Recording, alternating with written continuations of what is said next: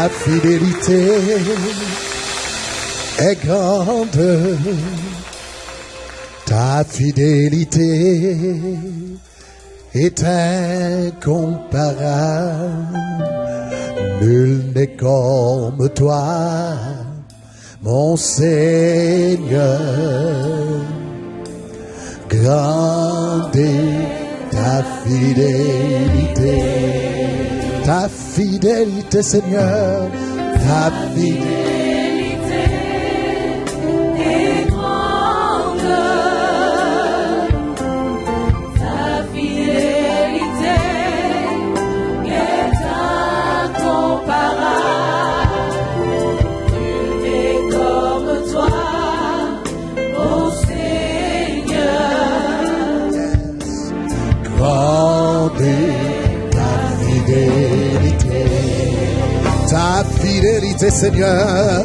Ta fidélité est grande. Ta fidélité, elle est incomparable. Nul n'est comme toi. Mon Seigneur, mon Seigneur. Grande est ta fidélité. Grande est oh, ta miséricorde, Seigneur, ta miséricorde est grande. Ta miséricorde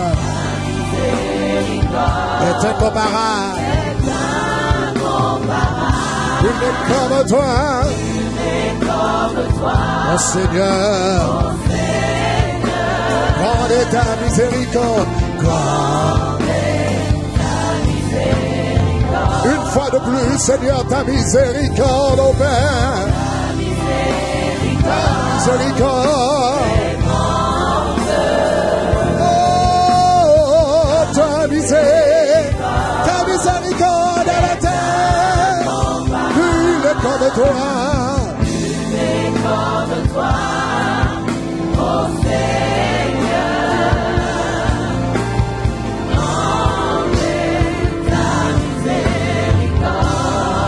Ô Seigneur, nul n'est comme mon Seigneur. Grande est ta miséricorde. Nul n'est comme toi. Mon Seigneur, grande est ta miséricorde. Ta bienveillance, ô Éternel, vaut mieux que tout ce que j'ai vu. Ma délivrance est sous ton aile, sur le rocher de ton salut. Ta bienveillance, ô Éternel, vaut mieux que tout ce que j'ai vu. Ma délivrance est sous ton aile, sous le rocher de ton salut. Des acclamations au Seigneur. Alléluia.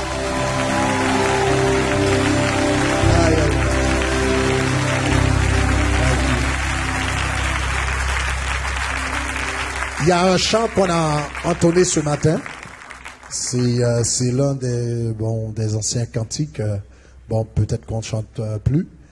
Mais qui dit: notre Dieu règne encore. Jamais son amour ne s'endort. Le vent se déchaîne. Nos cœurs sont en peine, mais Dieu nous conduit jusqu'au bord. Notre Dieu règne encore, jamais son amour ne s'endort. Ce qu'il nous promet reste vrai pour jamais. Notre Dieu règne encore. Nous pouvons passer par des moments difficiles, mais nous savons que notre Dieu règne encore.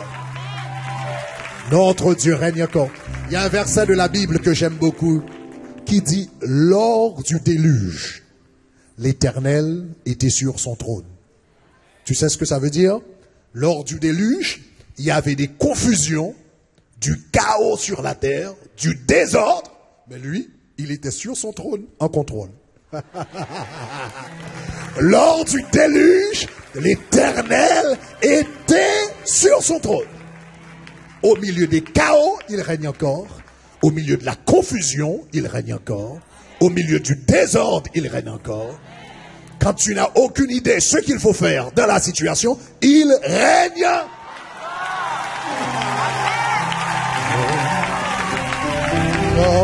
Notre Dieu règne encore. Jamais son amour ne s'endort. Le vent se déchaîne, nos cœurs sont en peine, mais Dieu nous conduit jusqu'au port. Notre Dieu règne encore. Jamais son amour ne s'endort. Ce qu'il nous promet reste vrai pour jamais. Ah, notre Dieu règne, notre Dieu règne. Jamais son amour ne s'endort. Le vent se déchaîne, nos cœurs sont en peine. Oh, notre Dieu règne. Jamais son amour ne s'endort.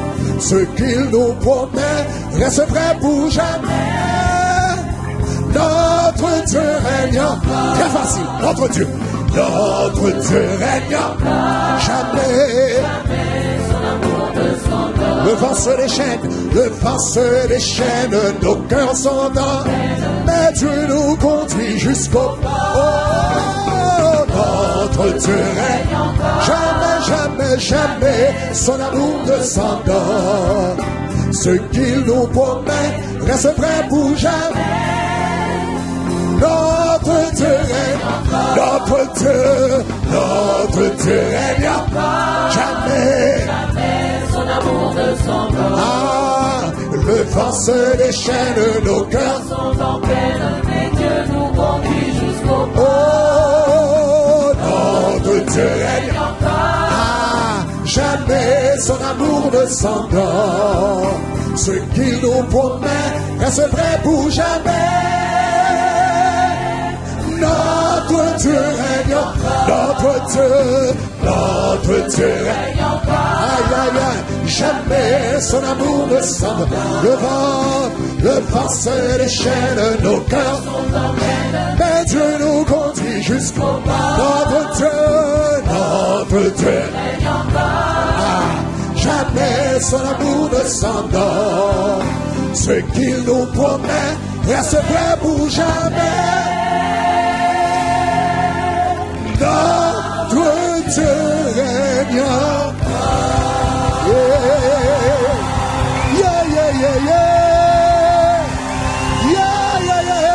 Il règne encore.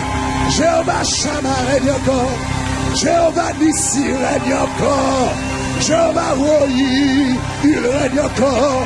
Jéhovah Tzidkenu, Jéhovah Sabaoth, Elohim, Adonai, Emmanuel, l'alpha et l'oméga, le commencement et la fin, le prince de ce monde, le prince de l'univers. Il règne encore, il règne encore, il règne encore.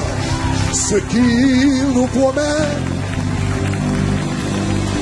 reste vrai pour jamais.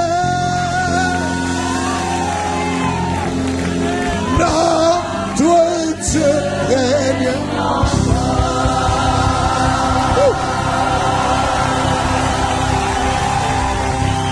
Écoute, la guérison qu'il t'a promis,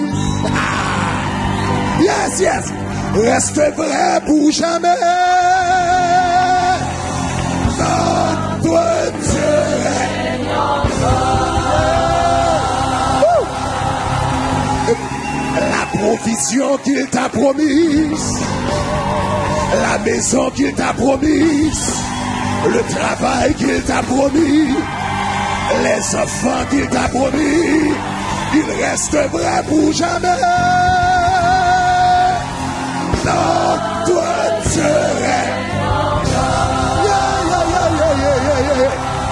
Je dis la victoire qu'il t'a promise, la promotion qu'il t'a promise, la faveur qu'il t'a promise, les grâces qu'il t'a promise, reste vrai pour jamais.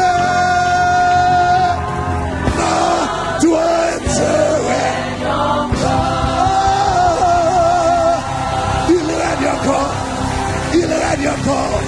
Trouve 3 personnes, donne-leur une poignée de main et dis il règne encore, il règne encore, il règne encore, il règne encore, il règne encore, il règne encore. Je ne sais pas, je ne sais, aïe aïe aïe aïe aïe aïe, peu importe. Peu importe la maladie, il règne encore. Peu importe les adversités, il règne encore. Peu importe le manque d'argent, il règne encore. Peu importe ce que disent les médecins, il règne encore. Il règne encore. Il règne encore. Il règne encore. Il règne encore. Peu importe ce que disent tes amis, il règne. Je dis ce qu'il nous promet.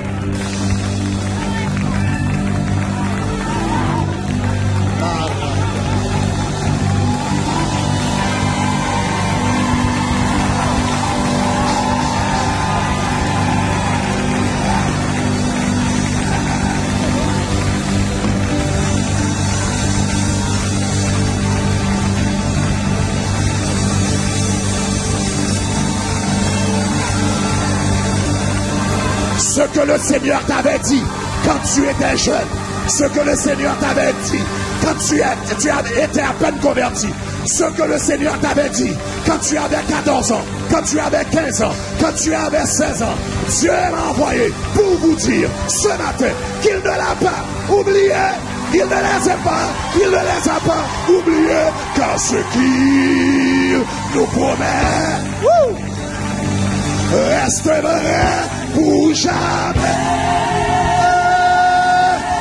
Non, toi tu règnes encore. Il règne encore. Il règne encore. Il règne encore. Il règne dans la maladie. Il règne dans la situation. Il règne dans le manque d'argent.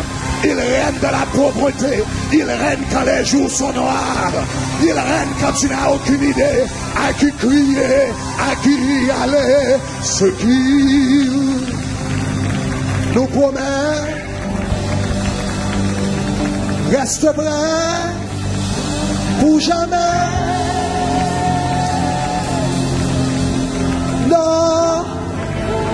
Notre Dieu,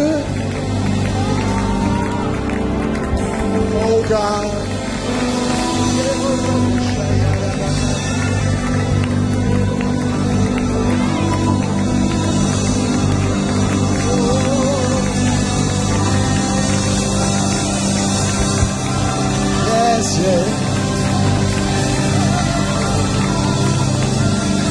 Ce qu'il nous promet,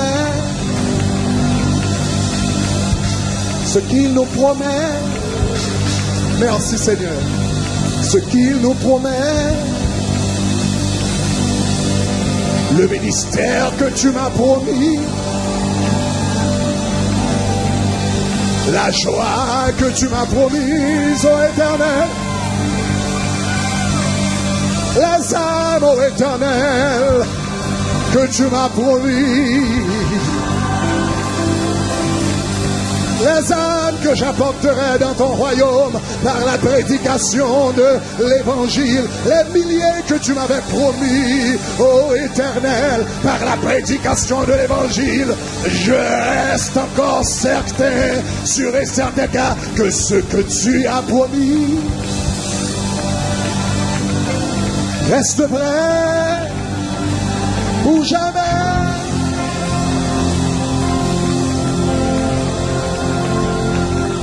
Notre Dieu règne encore.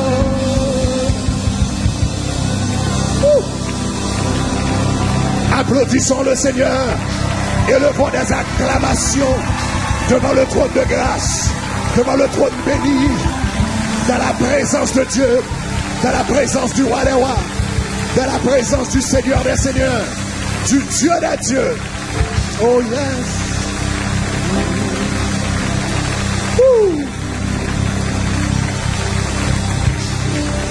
Ce qu'il nous promet reste vrai pour jamais.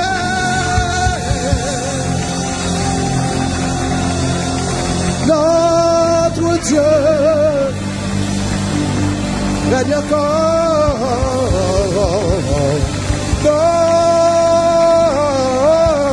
Notre Dieu, il n'a pas peur de la tempête, il règne encore. Il n'a pas peur de mes ouragans, il règne encore. Notre Dieu règne encore.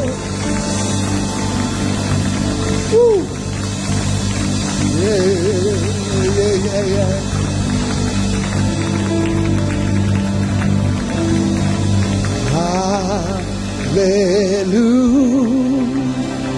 Hallelujah.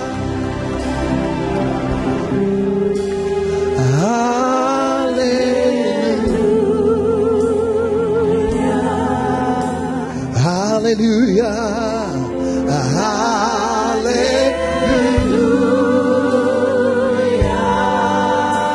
Hallelujah. Hallelujah. We lift you up, oh God. Hallelujah. Hallelujah. Let your glory invade this place, oh God. Hallelujah. Seigneur, hallelujah. Hallelujah.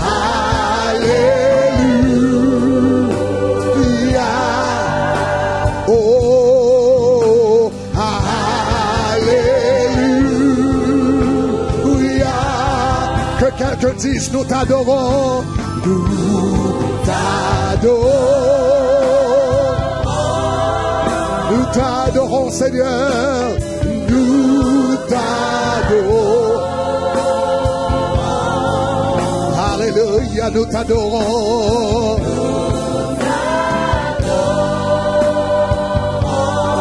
Seigneur, nous t'adorons.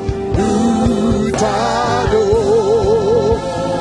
Oh, nous t'adorons, Seigneur. Nous t'adorons. Nous t'adorons. En ce lieu, Seigneur. Nous t'adorons. Nous t'adorons, nous t'adorons, nous t'adorons, nous t'adorons.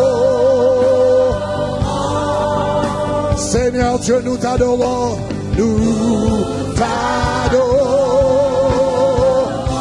Quelqu'un dise, nous te célébrons, nous te célébrons. We lift you up, oh God, in the beauty of holiness. Nous te célébrons. Nous te célébrons, Seigneur.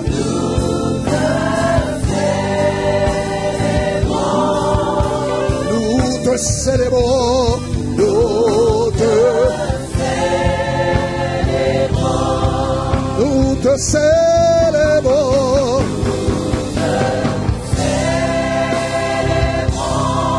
Nous te célébrons, Seigneur.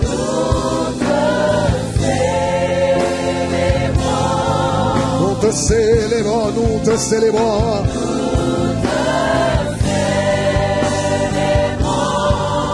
Nous te célébrons, nous te célébrons. Nous te magnifions, nous te magnifions. À toi l'honneur, la gloire, la magnificence.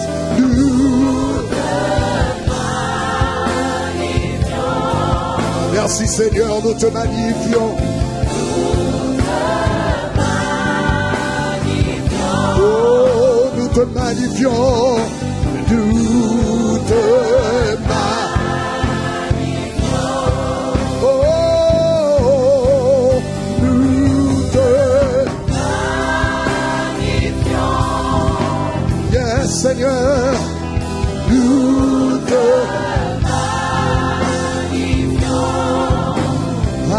te magnifions, nous te magnifions, nous te magnifions, nous te magnifions. Maintenant, a cappella, sans musique.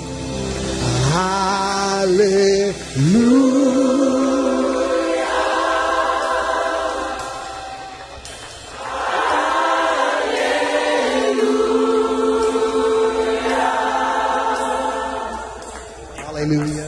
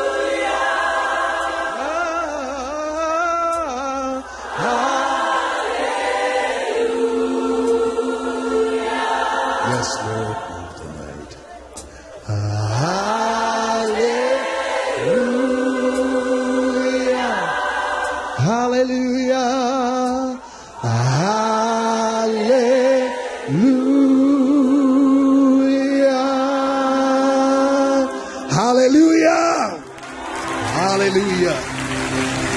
Vous pouvez vous asseoir.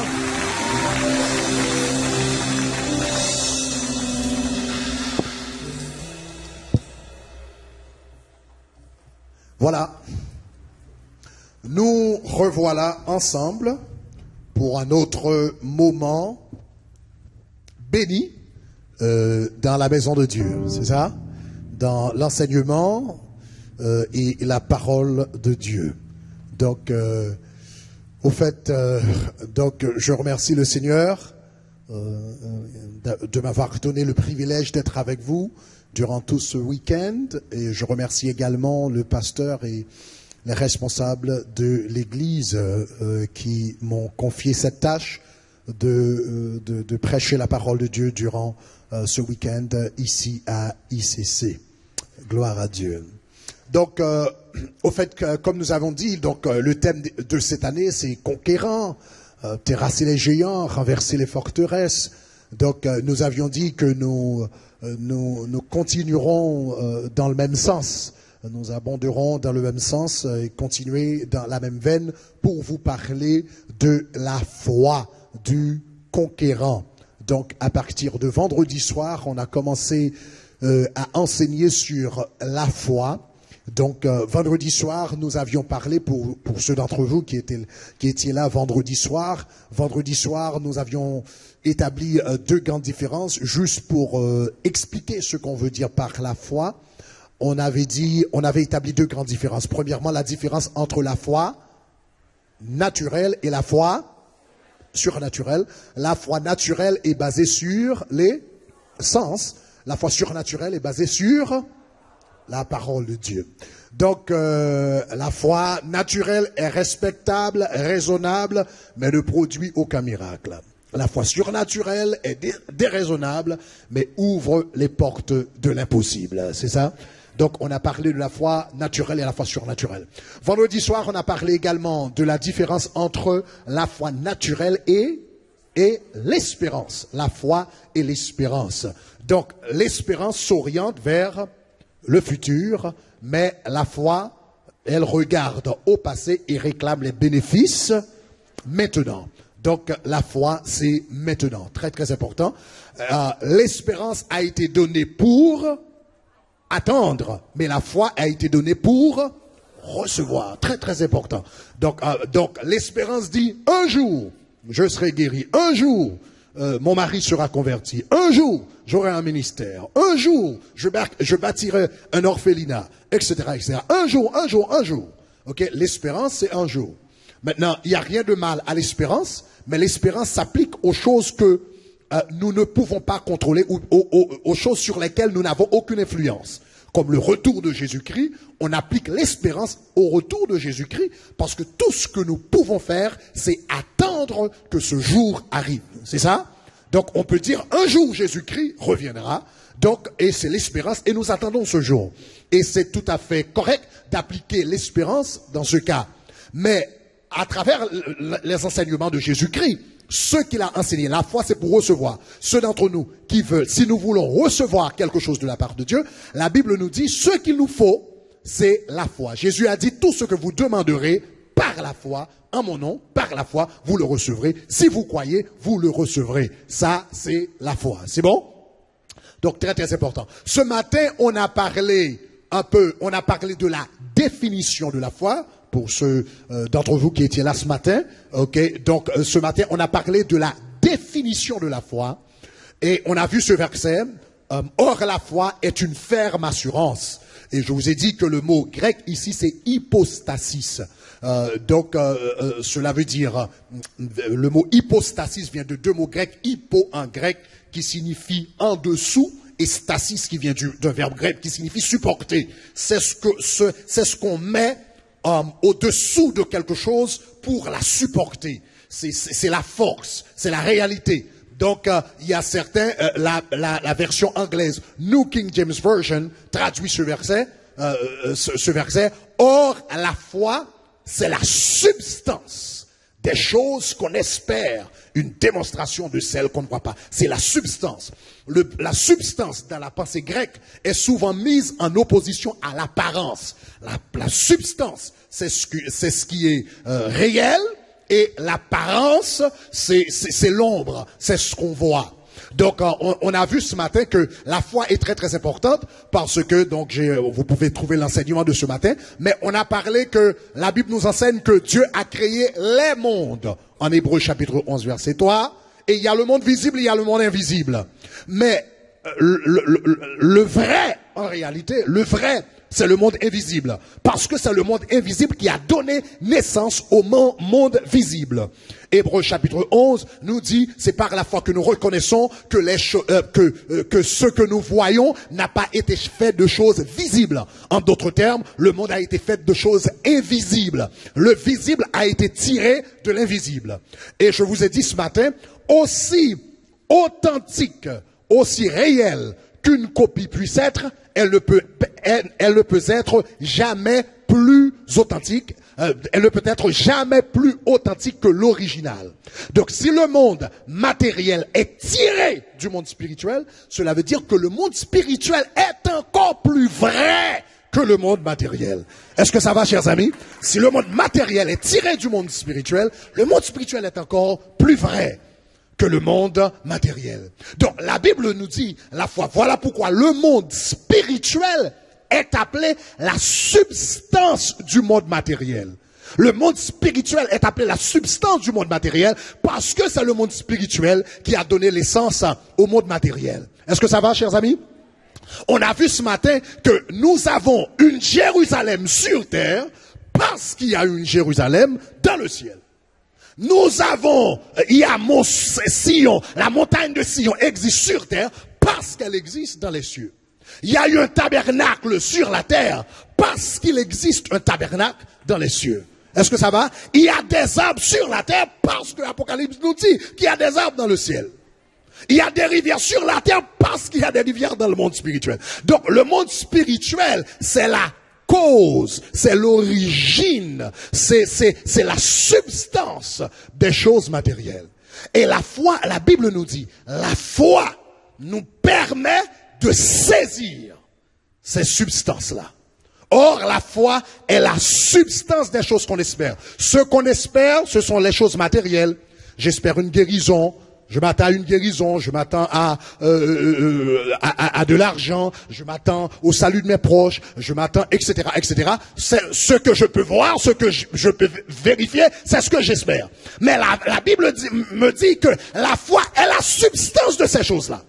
La foi est la cause de ces choses-là. La foi est l'origine de ces choses-là. Si j'arrive à les saisir dans le monde spirituel, si j'arrive à les saisir dans les cieux, ils vont se manifester sur la terre. Parce que le principe, c'est que c'est le monde spirituel qui donne naissance au monde matériel.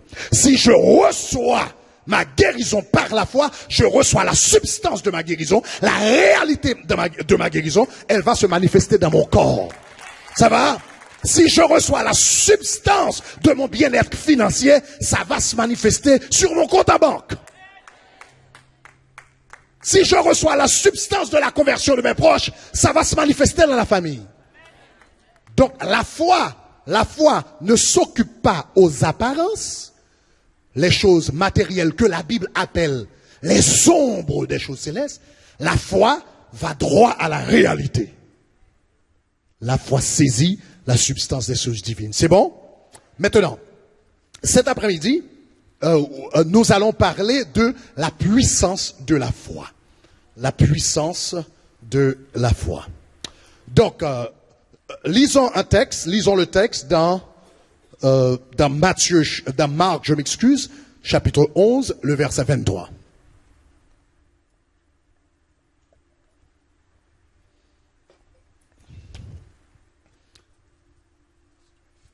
Ok, Marc, chapitre 11, le verset 23. Ouais. Lisons ensemble, si vous pouvez me voir.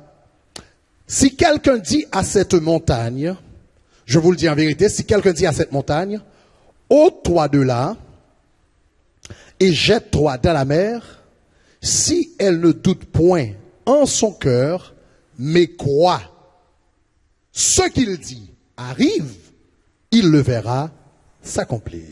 S'il ne doute pas en son cœur, il croit que ce qu'il dit arrive, il le verra s'accomplir. Donc, nous allons parler cet après-midi de la puissance de la foi. Et je prie que le Seigneur vous accorde l'intelligence spirituelle. Vous savez, l'apôtre Paul, dans Colossiens chapitre 1er, parle de l'intelligence spirituelle. On peut avoir l'intelligence émotionnelle, etc., etc. Mais la Bible parle de l'intelligence spirituelle. Donc que le Seigneur vous accorde l'intelligence spirituelle pour que vous puissiez comprendre ce que nous allons dire cet après-midi. Gloire à Dieu. Donc l'enseignement de cet après-midi. Voilà. Je voudrais vous mettre tout d'abord dans le contexte pour que vous puissiez comprendre ce que Jésus-Christ a dit à travers ce verset combien profond. Dans l'ambiance historique, il s'agit de Jésus-Christ qui s'apprête à entrer à Jérusalem pour la dernière fois. Jésus s'apprête à entrer à Jérusalem pour la dernière fois. Il envoie ses disciples chercher un ânon. Il monte sur l'ânon et il rentre à Jérusalem. Il y a une foule en effervescence à droite et à gauche. À gauche, ils jettent leurs vêtements par terre. Il crie « Hosanna, Hosanna, du haut des cieux, béni soit celui qui vient au nom du Seigneur. » Jésus-Christ est entré à Jérusalem. Quand il est arrivé à Jérusalem, il se faisait un peu tard. Donc, il a décidé de passer la nuit à Béthanie. Donc, il a passé la nuit à Béthanie avec ses disciples. Et le matin, s'étant réveillé, il se remit en chemin pour Jérusalem. Mais il avait faim. Il eut faim. Et sur le chemin, il a remarqué un figuier. Il s'est approché du figuier pour en prendre du fruit, mais il n'y en avait pas. Donc, il a dit, il a dit que personne ne mange jamais de toi. Jésus-Christ a maudit le figuier. Les disciples ont entendu les paroles, mais ils n'en ont fait pas vraiment aucun cas. Donc, ils ont entendu les paroles et puis c'est tout. Ils sont allés à Jérusalem. Jésus est arrivé à Jérusalem dans le temple. Il trouve des vendeurs dans le temple, mais qui étaient vraiment des voleurs. Donc, il les a chassés hors du temple et il a passé l'après-midi à enseigner, etc., à Jérusalem. Après avoir enseigné, il est retourné dans une ville assez près de Jérusalem. Il y a passé la nuit. Et maintenant, il s'apprête à retourner à Béthanie. Sur le chemin du retour, les disciples ont remarqué que le figuier que Jésus-Christ avait maudit le jour d'avant avait séché jusqu'aux racines. Et Pierre, lui, se souvenant de la parole que Jésus-Christ avait prononcée, dit, Maître, regarde, regarde. Donc il l'a dit d'une manière, on dirait, on dirait qu'il le dit avec étonnement. Regarde, le figuier que tu as maudit a séché. Et Jésus-Christ se sert de cette situation pour leur enseigner quelque chose, les enseigner quelque chose de très important au sujet de la nature de la foi. Donc Jésus prend la parole et dit, je vous le dis, en vérité, si quelqu'un dit à cette montagne, ôte-toi d'ici et jette-toi dans la mer, et s'il ne doute point, mais croit en son cœur, ce qu'il dit, que ce qu'il dit arrive, il le verra s'accomplir. Donc Jésus commence avec quelque chose de très important. Si vous remarquez dans le verset ici, ou bien, encore mieux, dans le verset 22, quand il commence, Marc 11, tout d'abord le verset 22, Jésus commence son discours avec une phrase assez intéressante. Marc chapitre 11, verset 22, si vous pouvez le mettre, c'est très très intéressant. Il commence avec quelque chose de très très intéressant. La version Louis II dit dans Marc chapitre 11, verset 22, ayez la foi. Louis II dit, ayez la foi en Dieu. Mais je ne sais pas s'il y a quelqu'un, est-ce qu'il y a quelqu'un dans la salle, qui aurait avec lui une Bible Scofield, une version Scofield, avec note de Scofield? Est-ce qu'il y a quelqu'un? Non? Scofield, avec note de Scofield? Si vous avez une Bible avec une note de Scofield, comme moi, vous allez remarquer quelque chose. Par exemple, ma Bible avec la version Scofield, je vais vous dire ce que ça dit, comment ça se lit dans ma Bible à version Scofield. Dans la version Scofield, Marc 1, verset 22, il dit, Jésus prit la parole et leur dit, ayez la foi en Dieu. Et à côté de ce verset, dans ma Bible, il y a un petit S. Cela veut dire, c'est une note de référence pour que vous voyez, consultiez un peu la marge. J'ai regardé la marge. Ici, à côté du S, il dit littéralement, L-I-T-T, littéralement, ayez la foi de Dieu. La majorité des versions disent ayez la foi en Dieu. Mais en réalité, le texte grec dit ayez la foi de Dieu. En grec, c'est le génitif qui est utilisé. Ok, ekretet pestin théou. Théou, en grec, c'est le génitif qui se traduit littéralement par deux. Ayez la foi de Dieu. Jésus-Christ ne leur a pas. Il y a une très grande différence entre avoir la foi en Dieu et avoir la foi de Dieu. Le texte dit littéralement, Jésus leur a dit littéralement, ayez la foi de Dieu. On ne pensait pas que Dieu avait de la foi, mais Dieu a de la foi. Jésus leur a dit, ayez la foi de Dieu. Et Jésus-Christ va expliquer la nature de la foi de Dieu. Et nous allons regarder ce texte de très près. Donc, en Marc 22, après leur avoir dit, ayez la foi de Dieu, il explique maintenant, la foi de Dieu, c'est quoi exactement? Donc, en Marc 11, verset 23, il dit, si quelqu'un dit à cette montagne,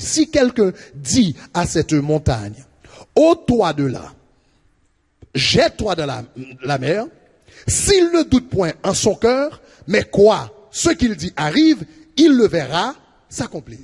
Cela veut dire, la foi, par la foi, ce verset est en train de nous dire que par la foi, on a la capacité de prononcer des paroles et les voir s'accomplir.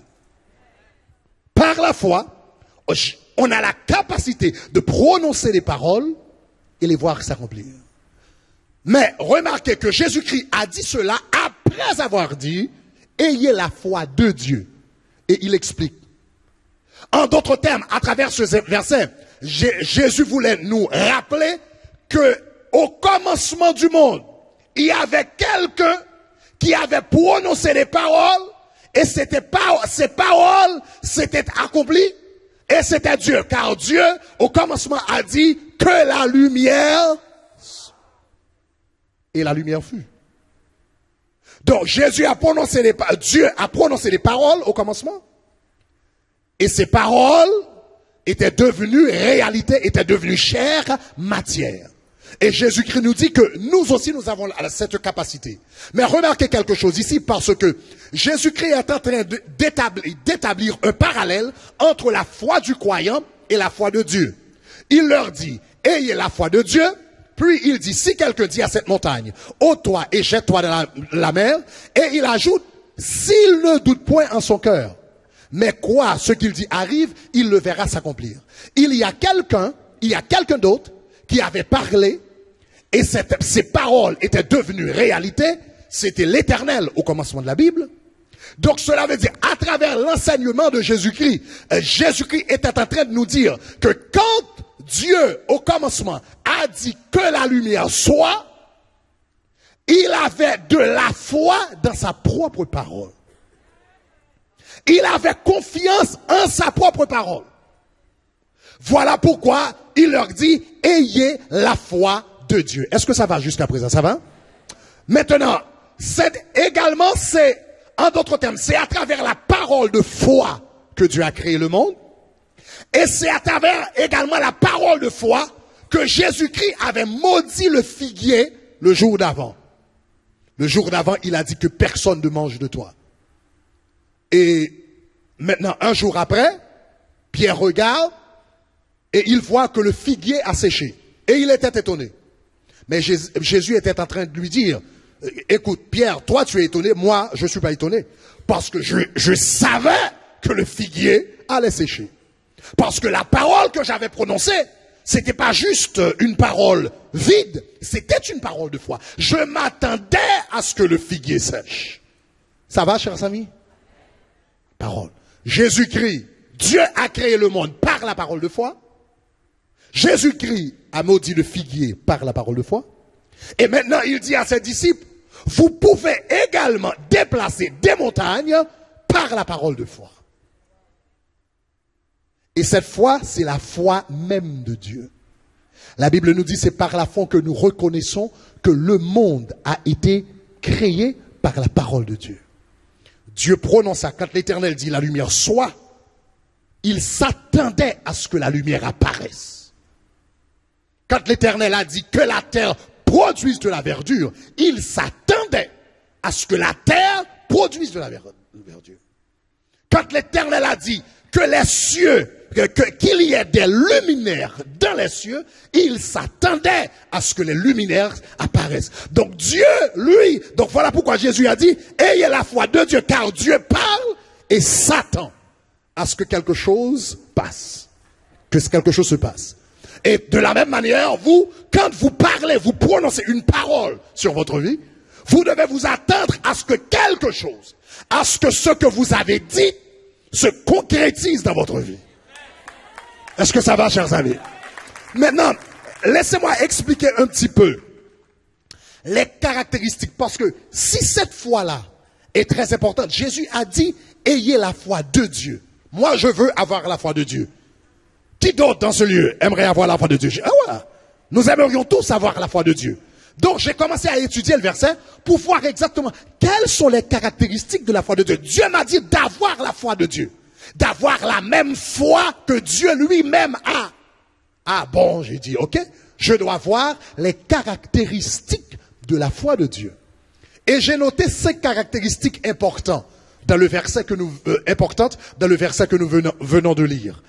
Dans Matthieu 11, 23. J'ai noté 5 caractéristiques importantes. La première caractéristique importante, c'est que la foi de Dieu parle. Que quelqu'un dit parle. Que quelqu'un dise parle. La foi de Dieu parle. Regardez ce qui est dit dans Marc 11, 21. Dans Marc 11, 21. Marc 11, 23, je m'excuse. Dans Marc 11, 23, Jésus dit, après avoir dit, ayez la foi de Dieu, il dit, si quelqu'un dit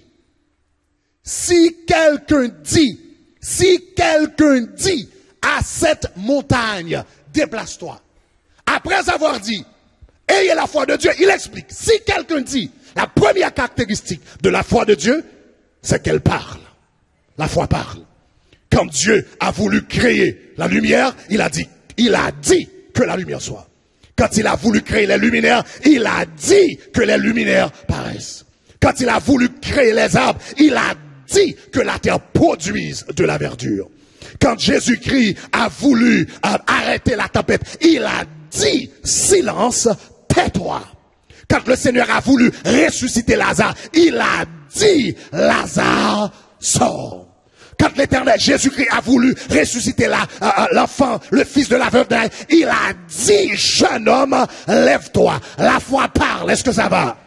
Quand Pierre voulait guérir l'homme qui était boiteux de naissance, il a dit, je n'ai ni argent ni or, mais ce que je te le donne, au nom de, ce que j'ai, je te le donne, au nom de Jésus, lève-toi et marche. La femme de perte de sang, comme quand elle voulait recevoir sa guérison, elle disait en son cœur, si seulement je pouvais toucher le bord de son vêtement, je serais guéri. La foi parle. Que quelqu'un dise, la foi parle. La première caractéristique de la foi, c'est que la foi parle. Celui qui a de la foi passe toute une journée, passe la journée à parler à lui-même, à parler à son âme, à parler à ses émotions, à parler à son lendemain, à parler à son histoire. Que quelqu'un dise, la foi parle. Ah, la foi parle. La foi parle. La première caractéristique, c'est que la foi parle. Donc, si tu vois, parfois, quand je suis tout seul parfois tout seul dans ma chambre, tu m'entends parler. Si tu vois, et parfois, quand personne ne me regarde, je chuchote des paroles indistinctes. Si tu vois qu'au milieu de la nuit, je me réveille et je commence à te dire, l'Éternel est ma lumière et mon salut. De qui aurais-je crainte? L'Éternel est le soutien de ma vie. De qui aurais-je peur? Quand les méchants s'avancent contre moi pour dévorer ma chair, ce sont mes, my goodness.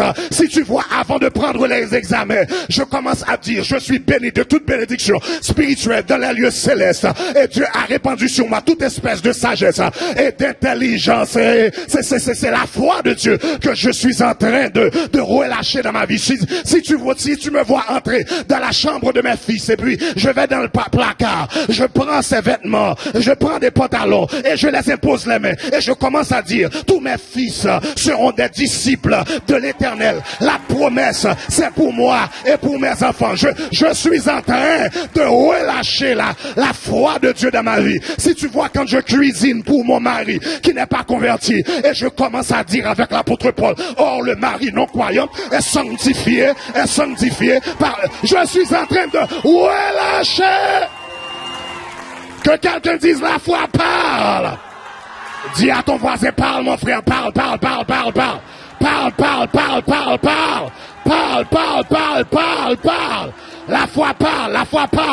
foi parle.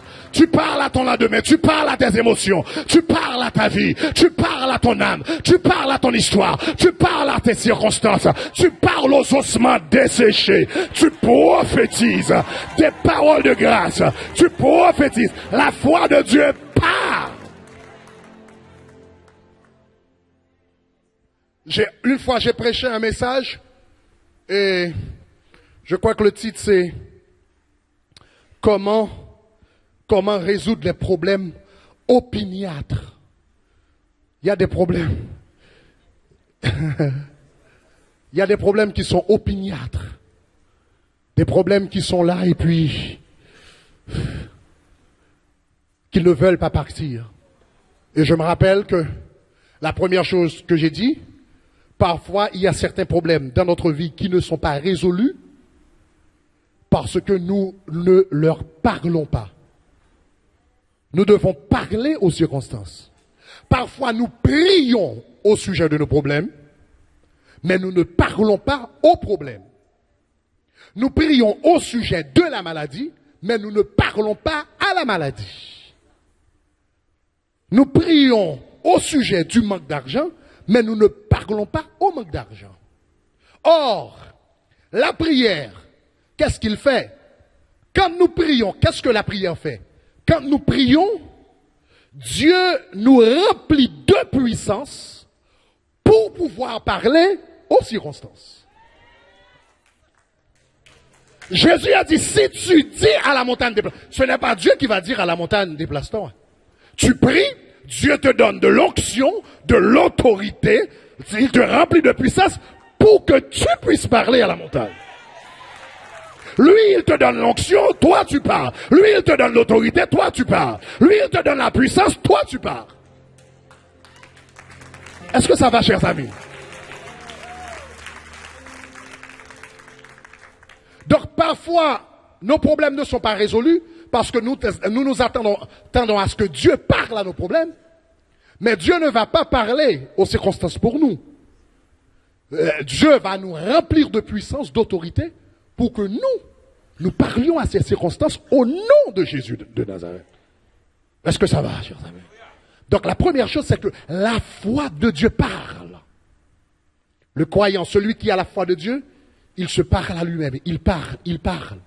Tu te parles à toi-même, tu parles à ton âme, tu parles à tes émotions, tu parles à tes circonstances. Tu passes la journée à parler, à commander. Car il y a deux aspects dans la vie chrétienne. La Bible nous dit, il a fait de nous un royaume des sacrificateurs, mais réellement, le texte grec dit, il a fait de nous des rois sacrificateurs. Il a fait de nous des rois prêtres.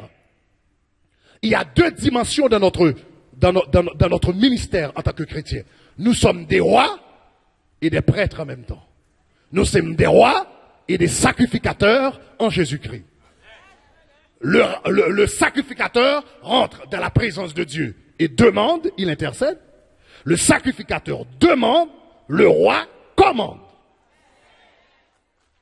Ça va?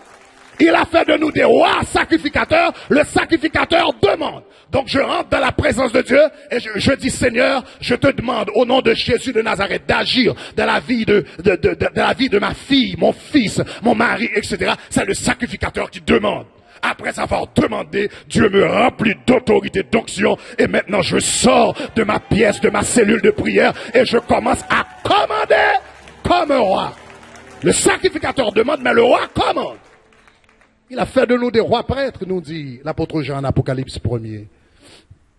Des rois et des sacrificateurs. Nous parlons. Premièrement, la foi de Dieu parle. Deuxièmement, la foi de Dieu, non seulement la foi de Dieu parle, mais deuxièmement, la foi de Dieu parle de manière spécifique. La foi de Dieu parle de manière spécifique. Regardez ce que dit le texte. Le texte dit, Jésus dit, si tu dis à cette montagne, ôte-toi de là, jette-toi dans la mer. Ah, ça c'est spécifique. Jésus n'a pas dit, la foi ne dit pas à la montagne, fais un mouvement, va quelque part. Non. La foi dit, ôte-toi de là, jette-toi dans la mer. Très clair, très spécifique. La foi de Dieu parle, non seulement la foi de Dieu parle, mais la foi de Dieu parle de manière très, très spécifique. Est-ce que ça va, chers amis? La foi de Dieu parle de manière spécifique. Quand Dieu a voulu la lumière, il n'a pas dit que quelque chose apparaisse. Il a dit que la lumière soit. Il a parlé de manière spécifique. Quand il a voulu des arbres, il n'a pas dit que la terre produise quelque chose. Non, il a dit que la terre produise de la verdure, de l'herbe, portant de la semence. Spécifique. La foi de Dieu parle, et la foi de Dieu parle de manière spécifique. C'est cette foi-là que Jésus-Christ a voulu susciter en Bartimée. Quand Bartimée a entendu que Jésus-Christ passait par Jéricho, et il commence à crier, Jésus, Jésus, Jésus, fils de David, aie pitié de moi. Fils de David, aie pitié de moi. Mais ça, c'est une prière générale. Il a demandé aux disciples de l'appeler. On l'a appelé et il a dit à Bartimée, Bartimée, que veux-tu? Je t'ai entendu, Jésus, fils de David, aie pitié de moi, fils. Bartimée, que veux-tu? Que veux-tu? Tu as dit Jésus, fils de David, aie pitié. Ça c'est général. Que veux-tu? Bartimée, que veux-tu? Aie pitié de moi, ça peut vouloir dire n'importe quoi. Aie pitié de moi, Bartimée, tu ne travailles pas, ça peut vouloir dire que tu veux de l'argent. Est-ce que tu veux de l'argent, Bartimée? Bartimée, fils de David, aie pitié de moi. Tu es aveugle, tu es au bord de la rue, les filles ne te regardent pas, peut-être tu veux une copine. Est-ce que tu veux une copine, Bartimée? Que veux-tu? Ok. Ça fait longtemps que tu portes ces vêtements sont sales. Est-ce que tu veux une paire de jeans de Calvin Klein? Bartimée, que veux-tu? Non, Bartimée dit que je recouvre la vie. Ça, c'est la foi de Dieu, c'est la foi. Et Jésus dit qu'il soit fait selon ta foi. La foi qui reçoit, c'est une foi qui parle, et qui parle de manière spécifique. Si tu as des dettes pour 50 560 €, ne va pas dans la présence de Dieu et dis, Seigneur, souviens-toi de moi. Qu'est-ce que ça veut dire? Tu as des dettes pour 54 600, etc. Et tu dis, oh Seigneur, souviens-toi de moi. Qu'est-ce que ça veut dire? Non, ça c'est pas la foi. La foi parle et dit, au nom de Jésus, je reçois mes 54 760 € au nom de Jésus de Nazareth. Ça c'est la foi. La foi parle, la foi de Dieu parle, et la foi de Dieu parle de manière spécifique. Est-ce que ça va? C'est la deuxième caractéristique. La troisième caractéristique de la foi de Dieu, il dit, si quelqu'un dit à cette montagne, ôte-toi de là et jette-toi dans la mer, s'il ne doute point. Troisième caractéristique de la foi de Dieu, c'est que la foi de Dieu croit. Comme je vous ai dit tout à l'heure, la foi de Dieu croit. En d'autres termes, ça veut dire quoi? Quand la foi de Dieu parle de manière spécifique et la foi de Dieu croit ce qu'elle dit. On peut parler et ne pas croire ce qu'on dit. La foi de Dieu croit. Quand j'ai dit Seigneur, je te remercie pour les 57 000, etc. € que tu m'as donné. Et je le crois. Seigneur, je te remercie parce que tu m'as guéri. Et je le crois. Seigneur, je te remercie pour le salut de mes proches. Et je le crois. Seigneur, je te remercie parce que je suis délivré de la dépression. Je le crois. Quand tu crois quelque chose, tu t'attends à ce que tu dises arrive. Ou encore mieux, se manifeste. Se manifeste. Parce que tu l'as déjà saisi. Tu as déjà saisi la substance de ce miracle, de cette délivrance, par la foi. Donc tu t'attends à ce que tu as dit se manifeste. La foi quoi? Tu t'attends. Quand Dieu a dit que la lumière soit, il s'attendait à ce que la lumière apparaisse. Quand Jésus a dit silence, tais-toi au vent, il s'attendait à ce que le calme se rétablisse. Quand Pierre a dit lève-toi au nom de Jésus, lève-toi et marche, il s'attendait à ce que l'homme marche. Première caractéristique de la foi de Dieu. La foi de Dieu quoi? La foi de Dieu parle. Deuxièmement, la foi de Dieu parle de manière spécifique. Troisièmement, la foi de Dieu, quoi? Et remarquez ce qui est dit également dans le texte. Il dit non seulement il croit, mais il dit, s'il ne doute point en son cœur, mais quoi? La foi de Dieu parle. La foi de Dieu parle de manière spécifique. La foi de Dieu croit. La foi de Dieu croit au fond du cœur. La foi de Dieu croit au fond du cœur. Chers amis, dans la Bible, le cœur, c'est l'organe de la foi. Le cœur, on croit avec le cœur. On ne croit pas avec la pensée ou la tête, on croit avec le cœur. Romains chapitre 10, verset 9, Romains chapitre 10, verset 9, nous dit, si tu confesses de ta bouche le Seigneur Jésus, si tu crois dans ton cœur que Dieu l'a ressuscité d'entre les morts, tu seras sauvé. Si tu crois dans ton cœur. le siège de la foi de Dieu, l'organe de la foi de Dieu, c'est le cœur. Maintenant, Pasteur Greg, qu'est-ce que ça veut dire exactement croire dans le cœur? Très bonne question, très bonne question. Qu'est-ce que ça veut dire croire dans le cœur? Ça me prendrait un peu de temps pour expliquer, parce que le mot cœur dans la Bible comporte a un champ sémantique assez large, plusieurs aspects, plusieurs significations. Ça nous prendrait peut-être une semaine pour en parler en détail. Mais je vais vous dire en grosso modo, qu'est-ce que ça veut dire le cœur dans la Bible. Avant même de vous expliquer, de vous dire ce que je vais vous expliquer, je vais vous expliquer, prenons des exemples, par exemple, des exemples de la vie de chaque jour. Souvent, nous utilisons le cœur pour parler de ce qui est, de ce qui est important, ou encore du plus important, de ce qui est de plus important. Par exemple, quand nous parlons du cœur, par exemple, nous utilisons le mot cœur au sens d'importance. Nous sommes arrivés au cœur du sujet. Nous sommes arrivés au cœur du sujet. Au cœur du sujet veut dire quoi? Nous sommes arrivés à la partie la plus importante dans le sujet. Est-ce que ça va? Nous utilisons le mot cœur également pour exprimer la partie la plus profonde. La pierre est tombée au cœur de la mer. Les astronautes ou bien les scientifiques ont étudié le cœur de la terre. Cela veut dire la partie la plus profonde. Donc, le cœur dans la Bible représente la partie la plus importante ou la plus profonde de l'homme. Donc, vient la question maintenant. Quelle est la partie la plus importante de l'homme? Quelle est la partie la plus intime, la plus profonde de l'homme? Vous savez que l'homme est un être trichonome, tripartite. Cela veut dire trois parties. Nous avons l'esprit, l'âme et le corps. Dans 1 Corinthiens chapitre 5 verset 23, l'apôtre Paul parle des trois parties de l'homme et il les énumère par ordre d'importance.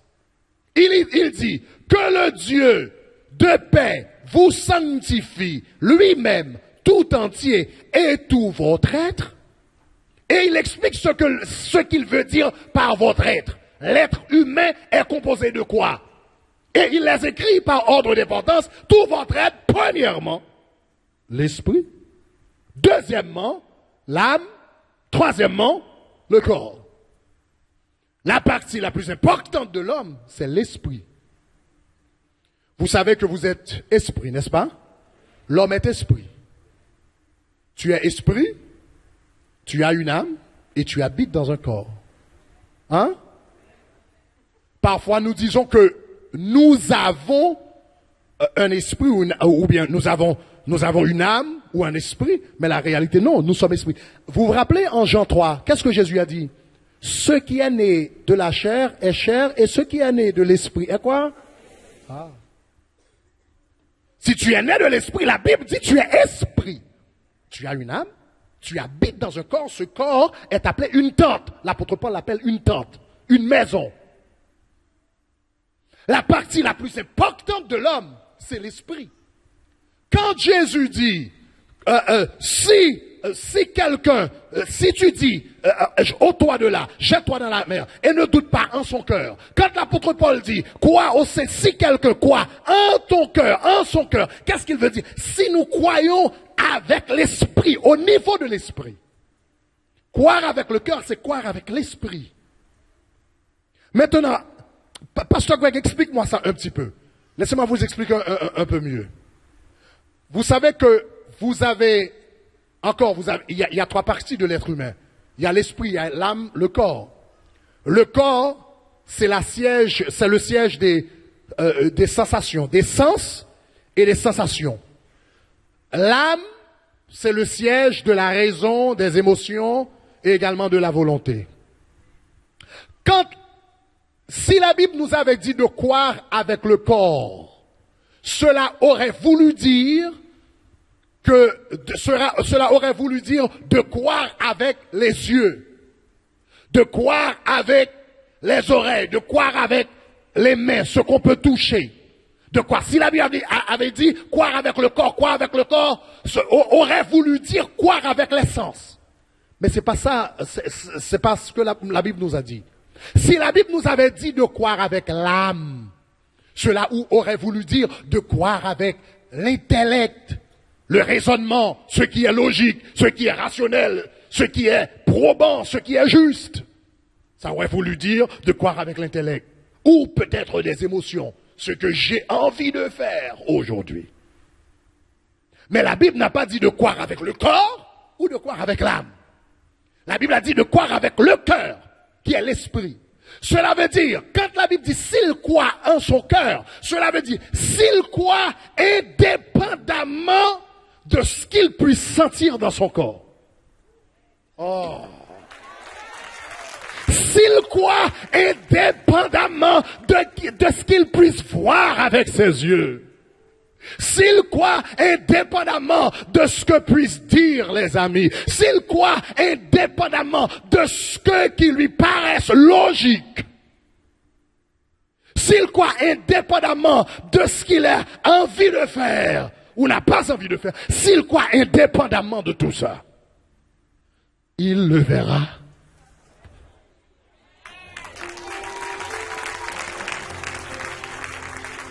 Quand tu crois avec le cœur, tu crois indépendamment des circonstances, indépendamment de ce que disent les gens, indépendamment des symptômes physiques.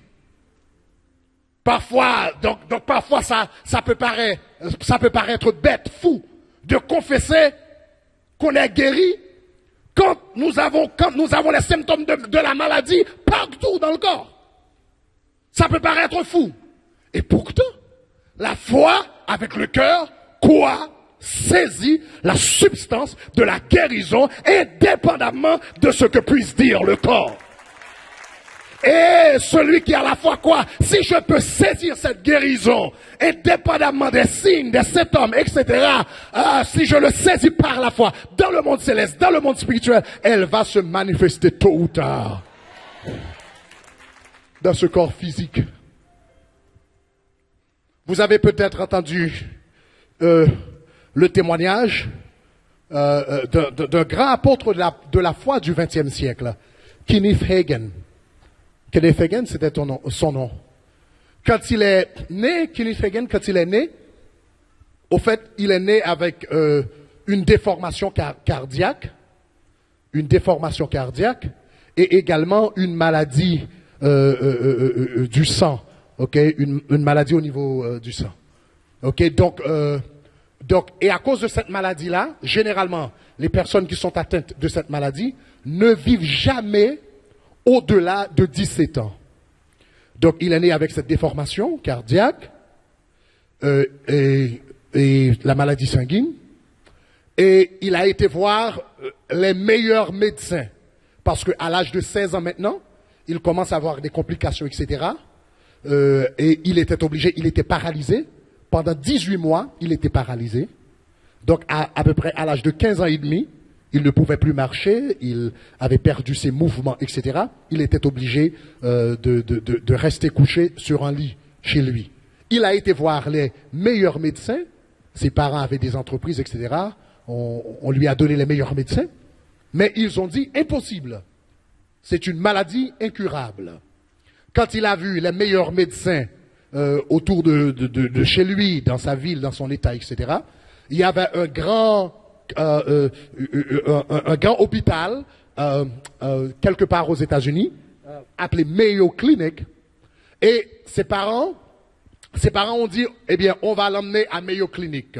Donc, je me souviens plus où c'était. Mais en tout cas, là, à Mayo Clinic, on avait les meilleurs médecins aux États-Unis. Et ses parents ont écrit aux médecins de Mayo Clinic, là où ils étaient, et ils ont répondu que Kenneth Hagin est-ce que Kenneth Hagin a vu docteur un tel? Et le père a répondu oui. Donc, ils lui ont dit, s'il a vu docteur un tel, c'est pas la peine de venir ici, parce que docteur un tel, lui, il vient faire des cours pour nous. Donc s'il a dit c'est une maladie incurable, qu'il n'y a pas d'espoir, il n'y a pas d'espoir, c'est pas la peine de dépenser votre argent. Donc lui, maintenant il avait à peu près 16 ans, et il mourait. Et sur le lit de mort, il a reçu le Seigneur Jésus-Christ comme son sauveur personnel. Il a accepté Jésus-Christ. Il s'est converti. Et quand le pasteur est venu prier avec lui, il a dit au pasteur, pasteur, j'ai une question pour toi. Est-ce que Dieu peut me guérir? Le pasteur a répondu, oui, certainement oui. Mais il ne fait plus ça.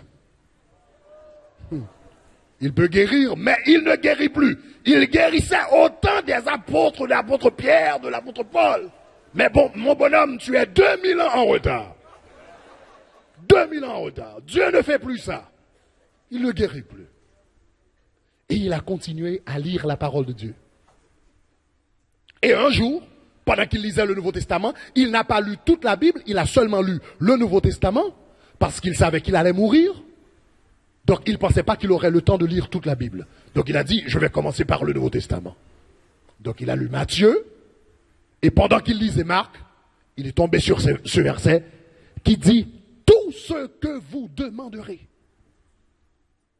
tout ce que vous demanderez, croyez que vous l'avez reçu, dans Marc, et vous le verrez s'accomplir. Et il commence, et il a demandé au Seigneur de le guérir. Il a dit, Seigneur, guéris-moi. Mais il a continué à confesser la parole, à dire, Seigneur, à prononcer cette parole, Seigneur, guéris-moi. À un moment, il est arrivé à la conviction que le Seigneur l'a guéri, mais il n'avait vu aucun symptôme physique pour confirmer cette guérison. Seulement, il avait cette certitude dans son cœur, dans son esprit. Puisque le Seigneur a dit, tout ce que vous demanderez par la foi, croyez que vous l'avez reçu et vous le verrez s'accomplir. J'ai demandé au Seigneur de me guérir. Je lui ai demandé ça par la foi, je crois. Donc il va s'accomplir. Et il raconte son histoire qu'une fois, la dernière soirée, au fait, avant que la délivrance, la guérison se manifeste dans sa vie, il a dit qu'il est mort 3 fois. Il était faible, il était sur le lit, et c'était la soirée qu'il devait mourir. Il a dit qu'il a vu son âme laisser le corps et arriver au niveau du plafond, mais il commençait à dire, Seigneur, tu as dit dans ta parole tout ce que vous demanderez. Donc j'ai demandé de la guérison, tout ce que vous... Et l'âme est retournée dans le corps. Il s'est endormi et il a vu l'âme s'élever une autre fois. Et il a repris, Seigneur, tu as dit dans ta parole tout ce que vous demanderez, tout ce que vous demanderez, tout ce que vous demanderez. Et l'âme encore est rentrée dans le corps.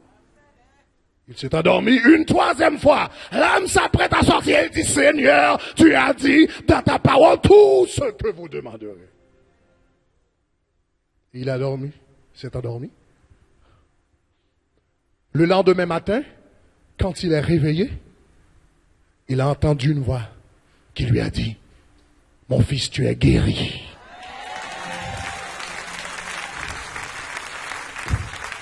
Mais il a dit, même après avoir entendu la voix, il n'a senti vraiment aucun symptôme.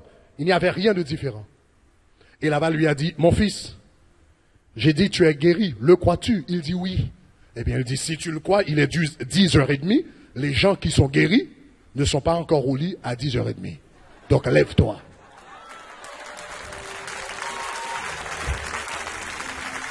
Il dit, puisqu'il ne pouvait pas marcher, mais il a entendu tout ça, il n'avait aucune manifestation.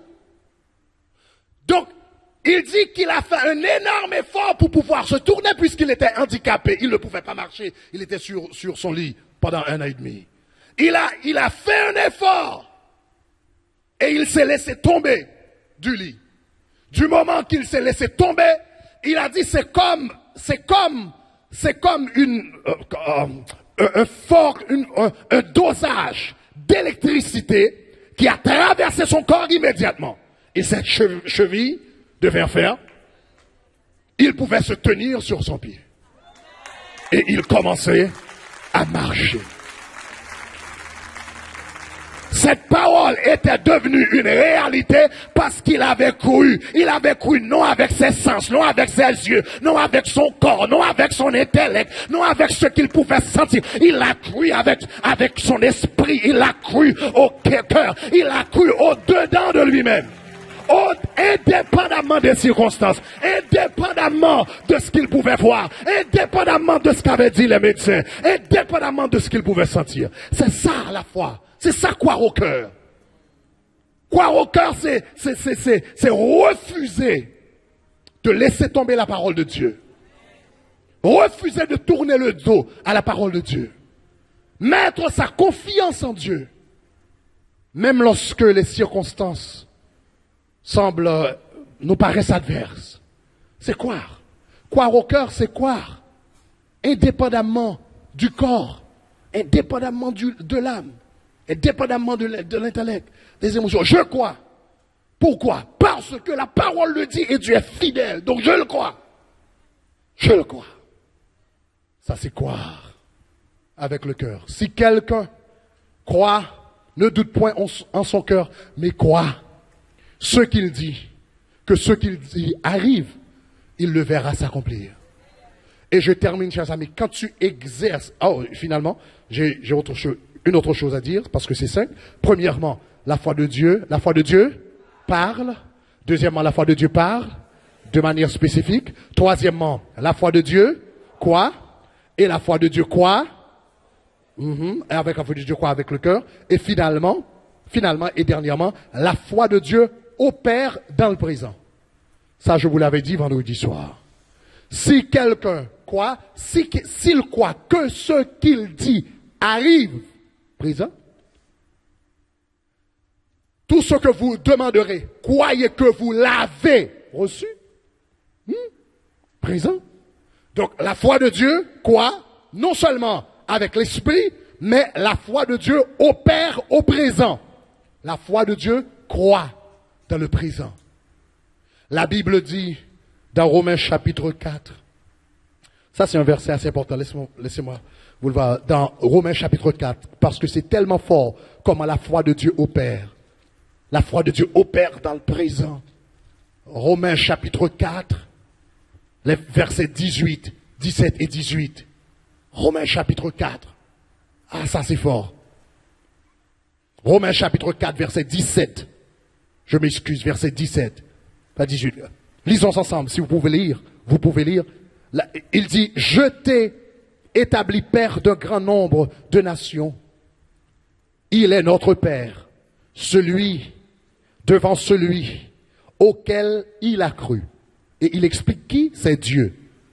Et il dit, ce Dieu, c'est le Dieu qui donne la vie aux morts. Et il dit, qui appelle les choses qui ne sont point. Ça, c'est la foi de Dieu.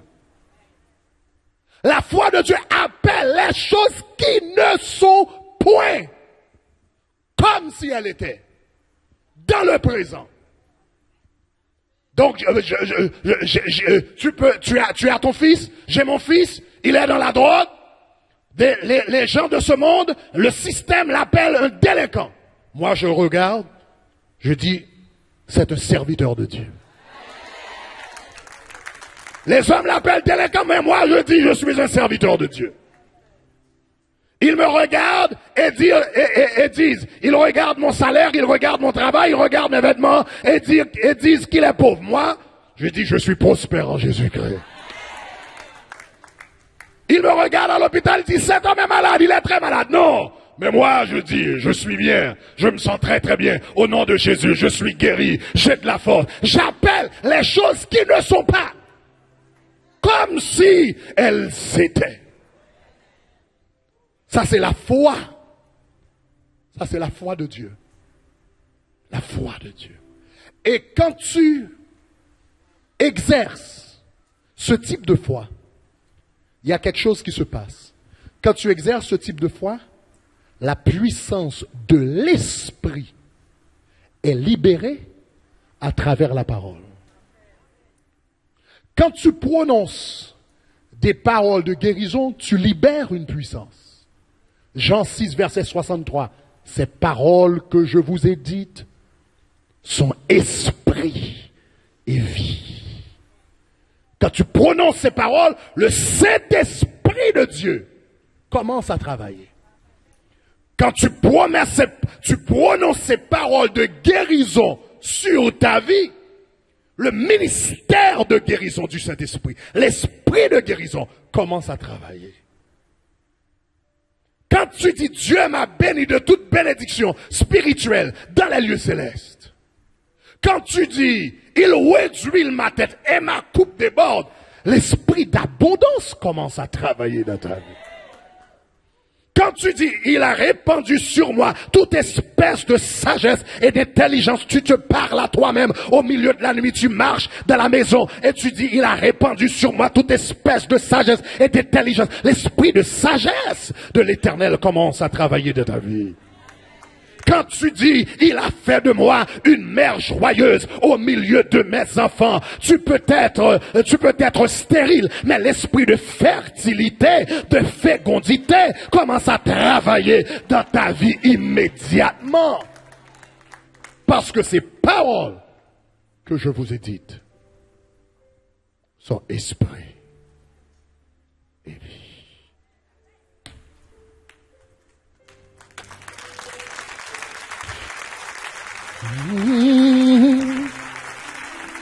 You're the miracle so great.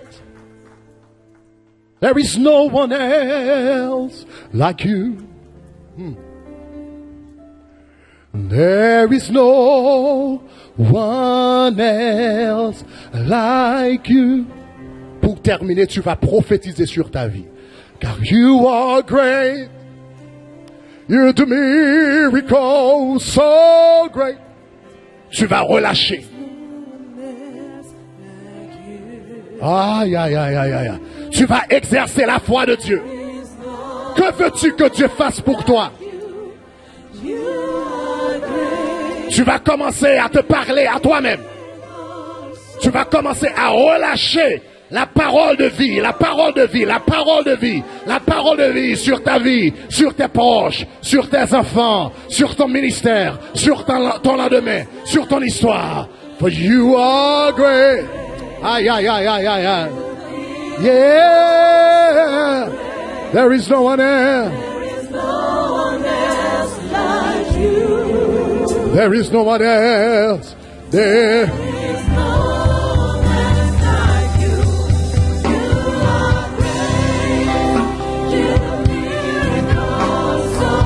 My goodness, there is no one else. Hey! There is no one else like you. Please. En français. Tu es grand. Oh, il est comparable à toi. Car tu es grand, tu fais des grands miracles. Ah, tu es comparable à toi. Ah, tu es comparable comme toi. Car tu es grand, tu fais de si grands miracles. Nul n'est comparable, nul n'est comparable à toi. Nul n'est comparable à toi, car tu es grand, car tu es grand. Tu fais de si grands miracles. Parle, parle, parle. Parle à ta vie, parle à ta destinée, parle à ta destinée, parle à ta destinée, parle à ton corps. Parle à ton corps. Parle à ton corps maintenant. Parle à tes poumons. Maintenant, au nom de Jésus. Parle à tes poumons. Parle à terrain. Au nom de Jésus. Au nom de Jésus. Au nom de Jésus. Parle à tes seins. Parle à tes yeux. Parle à tes yeux. Yeah. La foi de Dieu. La foi de Dieu. La foi de Dieu. Parle de manière spécifique. Alléluia. Car Dieu. Oh.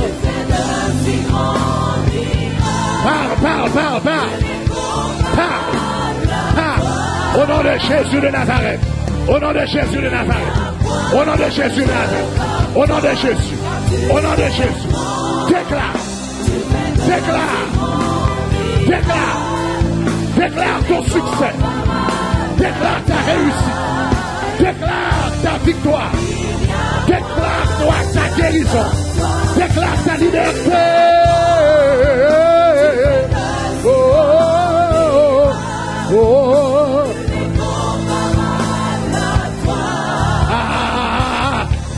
Relâche. La foi de Dieu. La foi de Dieu. Car tu es grand. Ça c'est la foi du conquérant. Ça c'est la foi du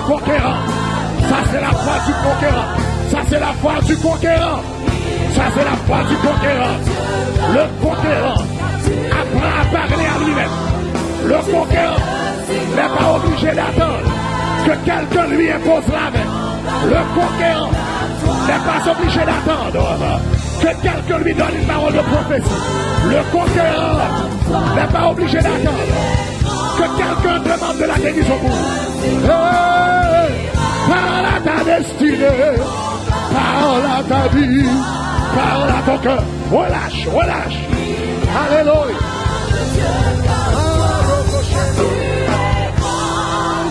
Tu fais de si grands miracles, tu n'es comparable à toi. Il y a point de Dieu comme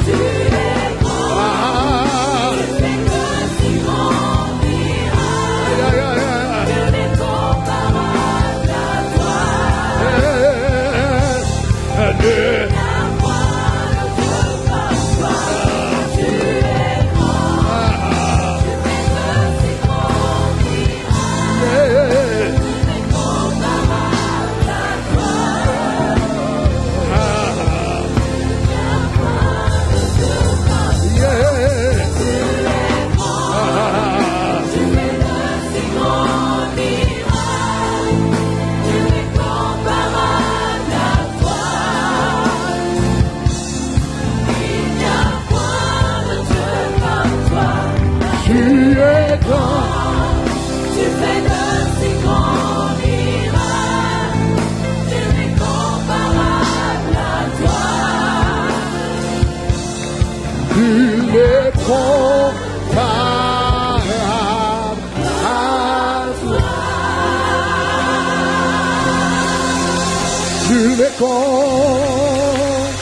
Comparable à toi, Seigneur.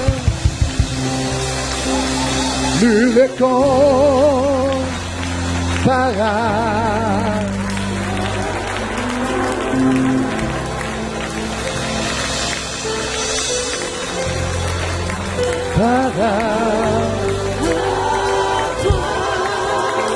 J'ai dit, Seigneur,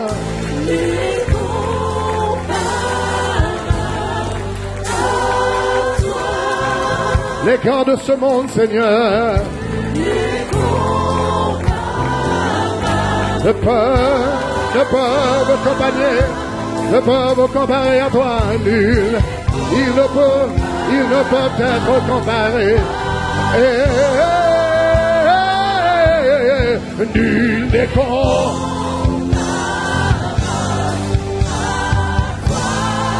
Seigneur, président Barack Obama, Seigneur, ne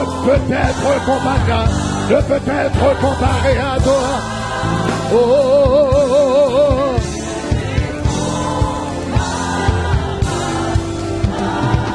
nul n'est comparable.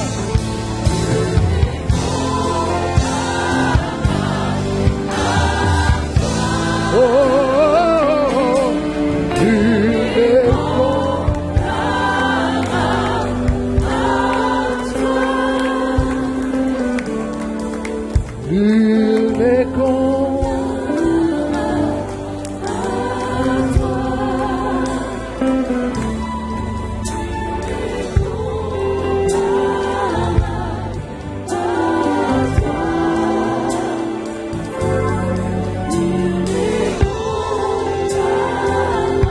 n'est comparable. Nul n'est comparable à toi, Seigneur.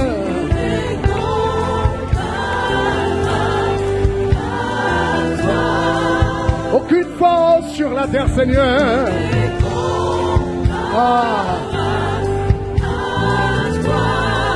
Aucune majesté sur la terre.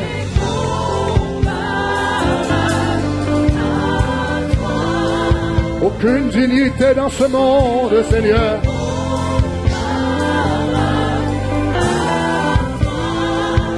Aucune dignité, Seigneur.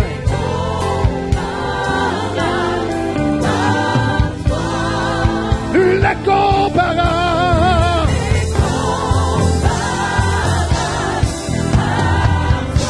J'ai cherché dans l'Orient à l'Occident.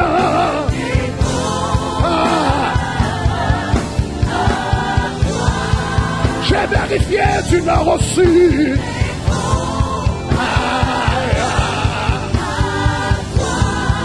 Je suis monté bien haut.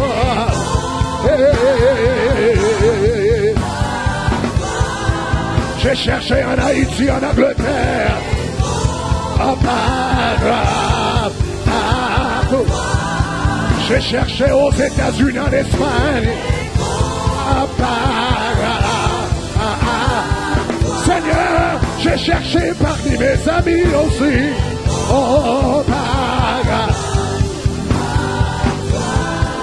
Nul n'est comparable.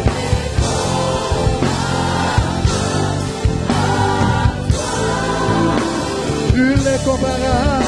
Nul n'est comparable à toi.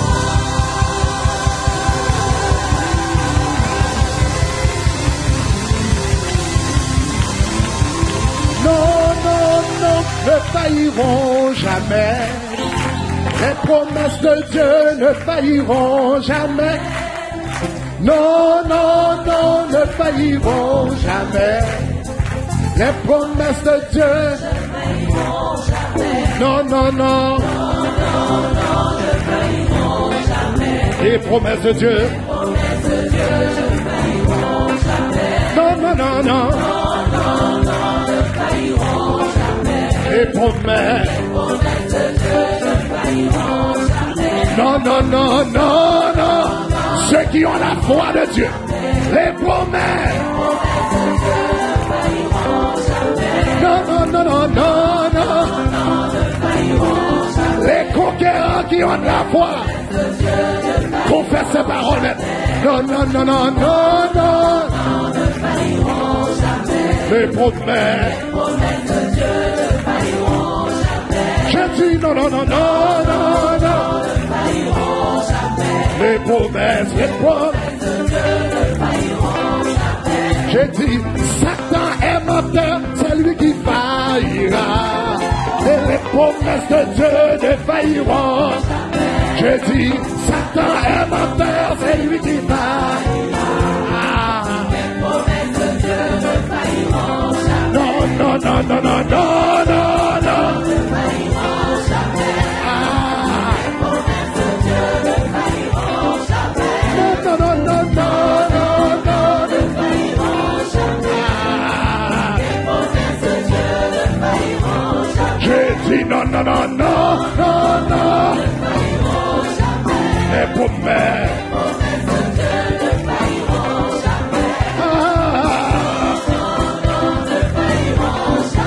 Les promesses, les promesses de Dieu ne failliront jamais. Je dis, Satan est menteur, c'est lui qui faillira. Les promesses de Dieu, jamais, jamais. Je ne vais pas douter des promesses de Dieu. Je ne vais pas douter de sa grâce. Je ne vais pas douter de sa bénédiction dans ma vie. Non, non, non, non, non, non, non, non. Seigneur, nous te donnons la gloire. Nous t'exaltons, nous t'élevons. Seigneur, nous venons à ce lieu pour confesser notre foi en toi, pour confesser notre confiance en toi. Oh, j'ai dit non, non, non. Les promesses de Dieu. Ah non.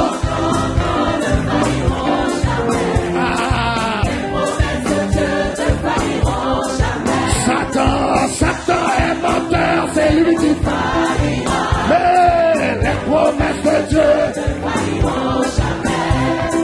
Satan est menteur. Ah, les promesses de Dieu ne failliront jamais. Non, non, non, non, non, non. Les promesses de Dieu ne failliront jamais. Ah, non, non, non, ne failliront jamais. Les promesses de Dieu ne failliront jamais. J'ai dit non, non, non, non, non, non, non. Les faveurs de Dieu, les faveurs de Dieu ne failliront jamais. Non, non, non, non, non, non, non. Les faveurs de Dieu. Ah, si Dieu, oh non, ne failliront les faveurs. De Dieu ne failliront jamais. Non, non, non, ne failliront jamais. Les faveurs de Dieu ne failliront jamais. Ce problème est menteur, c'est lui qui faillira. Les problèmes de Dieu ne failliront. J'ai dit ce problème est menteur, c'est lui qui faillira. Non, non, non, non, non, non, non, ne failliront jamais. Les promesses de Dieu ne failliront jamais. Non, non, non, ne failliront jamais. Ya, ya, ya, les promesses de Dieu. Ah, oh, cette manière diamante, c'est de faillira. Mais les promesses de Dieu ne failliront jamais. Cette maladie mentale, c'est là qui faillira. Les problèmes de Dieu ne failliront jamais. Non, non, non. Ne failliront jamais. Ah. Les promesses de Dieu ne failliront jamais. Ah. Non, non, non, ne failliront jamais. Les promesses de Dieu. Ah. Cet échec est menteur, c'est lui qui faille. J'ai dit les promesses de Dieu. Oh, cet échec est menteur. Ah,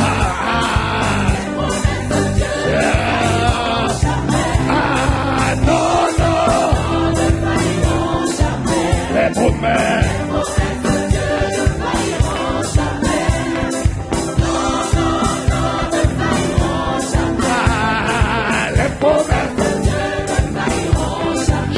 Il m'a sauvé, il m'a sauvé. J'ai dit il m'a sauvé, il m'a sauvé, il m'a sauvé, il m'a sauvé, il m'a sauvé, il m'a sauvé, il m'a lavé, il m'a sanctifié, il m'a racheté. Justifié, il m'a glorifié, il m'a restauré, oh, il m'a sauvé, alléluia, il m'a sauvé, alléluia, il m'a sauvé, alléluia, il m'a sauvé, alléluia, il m'a sauvé, il m'a sauvé, il m'a sauvé, il m'a sauvé. Il m'a sauvé, il m'a lavé, il m'a transformé, il m'a sanctifié, il m'a libéré, oh, il m'a sauvé, alléluia, il m'a sauvé, alléluia, il m'a sauvé, il m'a sauvé. Il m'a sauvé, il m'a sauvé, il m'a sauvé, il m'a sauvé, il m'a sauvé, il m'a sauvé, il m'a sauvé, il m'a sauvé, il m'a sauvé, il m'a lavé, il m'a transformé. Il m'a libéré, il m'a glorifié, il m'a changé,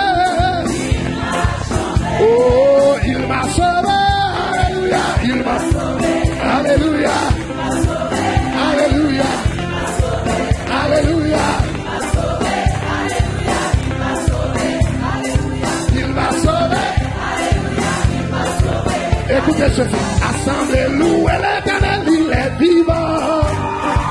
Assemblée, louez l'Éternel, il est vivant. Assemblée, louez l'Éternel, il est vivant. Assemblée, louez l'Éternel, il est vivant.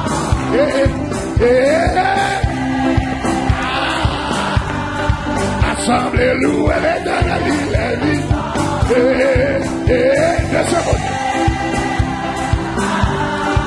Assemblée, louez l'Éternel.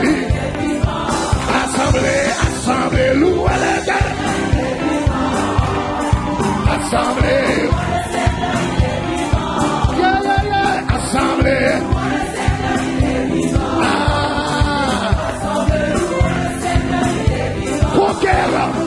Conquérant, louez l'Éternel.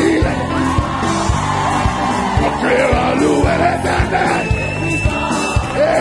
Conquérant, louez. Conquérant.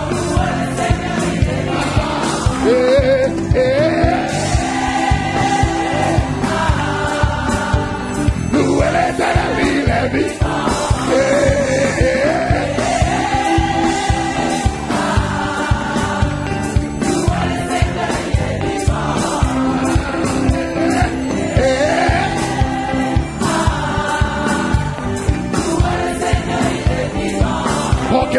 Conquérant, louez l'Éternel.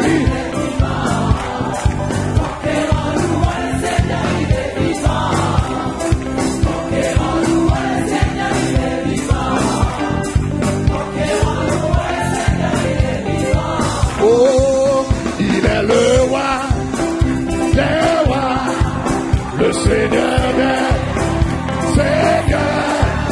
Son nom est Jésus, Jésus, Jésus, Jésus. Il est le roi, il est le roi. Oh, le Seigneur des seigneurs. Son nom est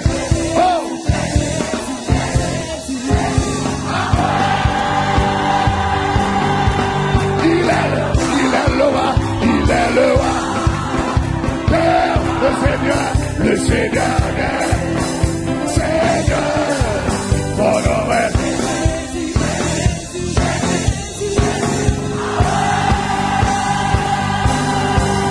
il est le roi.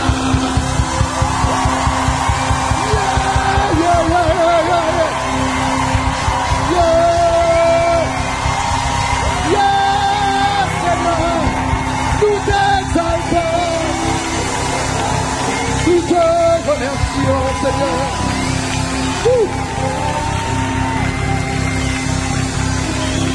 Écoute, avant de vous laisser, je voulais prononcer quelques paroles de bénédiction au nom de Jésus-Christ.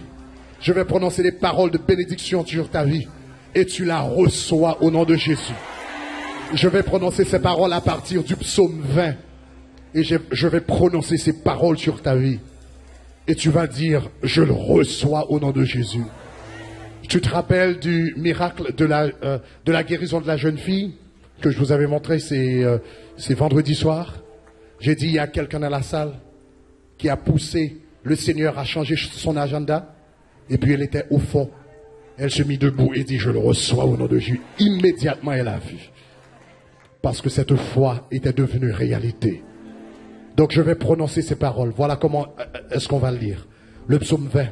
Je vais dire que l'Éternel t'exauce au jour de la détresse. Et tu vas dire, je le reçois au nom de Jésus. Je le reçois au nom de Jésus. Je vais dire que le nom du Dieu de Jacob te protège. Et tu vas dire, je vais dire que du sanctuaire, il t'envoie du secours. Tu vas dire, alléluia. Tu vas le recevoir avec force, avec engouement et rapidité au nom de Jésus de Nazareth. Alléluia. Et ces paroles, la Bible dit, les paroles que je vous ai dites sont esprit et vie. Ces paroles vont relâcher la puissance du Saint-Esprit et le ministère du Saint-Esprit dans ta vie au nom de Jésus de Nazareth. Que l'Éternel t'exauce au jour de la détresse. Que le nom du Dieu de Jacob te protège.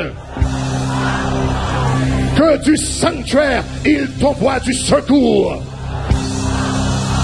Que de Sion, il te soutienne. Qu'il se souvienne de toutes tes offrandes. Qu'il se souvienne de toutes tes offrandes. Qu'il se souvienne de toutes tes offrandes. Que le Seigneur se souvienne de vos sacrifices. Que le Seigneur se souvienne de vos louanges. Que le Seigneur se souvienne de vos adorations. Que le Seigneur se souvienne de ta passion pour lui. Que le Seigneur se souvienne de ton cœur pour lui. Que le Seigneur se souvienne de ton amour pour lui. Que le Seigneur agrée à tes holocaustes. Que l'Éternel agrée à tes actions de grâce. Que l'Éternel agrée à tes sentiments de reconnaissance. Que l'Éternel te donne ce que ton cœur désire. J'ai dit que l'Éternel te donne ce que ton cœur désire. Que l'Éternel te donne ce que ton cœur désire. Que l'Éternel te donne ce que ton cœur désire. Que l'Éternel te donne ce que ton cœur désire. Que l'Éternel te donne le travail que ton cœur désire. Que l'Éternel te donne le ministère que ton cœur désire. Que l'Éternel te donne la santé que ton cœur désire. Que l'Éternel te donne la vie que ton cœur désire. Que l'Éternel te donne l'onction que ton cœur désire. Que l'Éternel te donne l'intimité que ton cœur désire. Que l'Éternel te donne la passion que ton cœur désire. Que l'Éternel te donne la grâce que ton cœur désire. Que l'Éternel t'accorde ce que ton cœur désire. Que l'Éternel accomplisse tous tes desseins. Que l'Éternel accomplisse tous tes desseins. Que l'Éternel accomplisse tous tes desseins. Que l'Éternel accomplisse tous tes projets. Que l'Éternel accomplisse tous tes plans. Que l'Éternel accomplisse tes programmes. Que l'Éternel accomplisse ta vision. Que l'Éternel accomplisse tes desseins. Que l'Éternel accomplisse tes desseins. Que tu te réjouisses en son salut. Que tu te réjouisses en son salut. Que tu te réjouisses en son salut. Que tu lèves l'étendard de ton Dieu. Que tu lèves l'étendard de ton Dieu. Que tu lèves l'étendard de ton Dieu. Que l'Éternel exauce tes vœux. Que l'Éternel exauce tes vœux. Que l'Éternel exauce tes vœux du haut des cieux.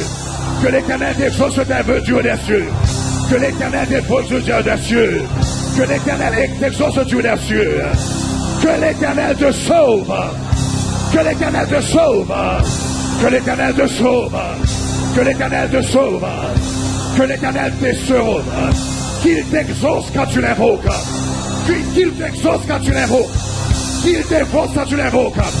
Qu'il t'exauce quand tu l'invoques. Qu'il t'exauce quand tu l'invoques.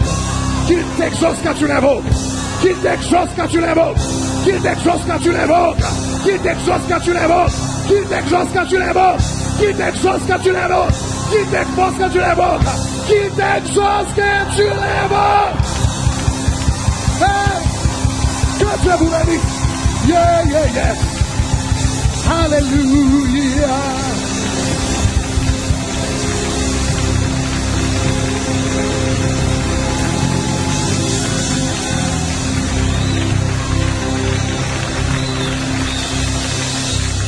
Alléluia. Je pense que nous avons reçu de Dieu aujourd'hui. Alors nous pouvons acclamer notre Dieu en signe de reconnaissance et de gratitude, en signe d'action de grâce. Alléluia. Merci Seigneur. Amen.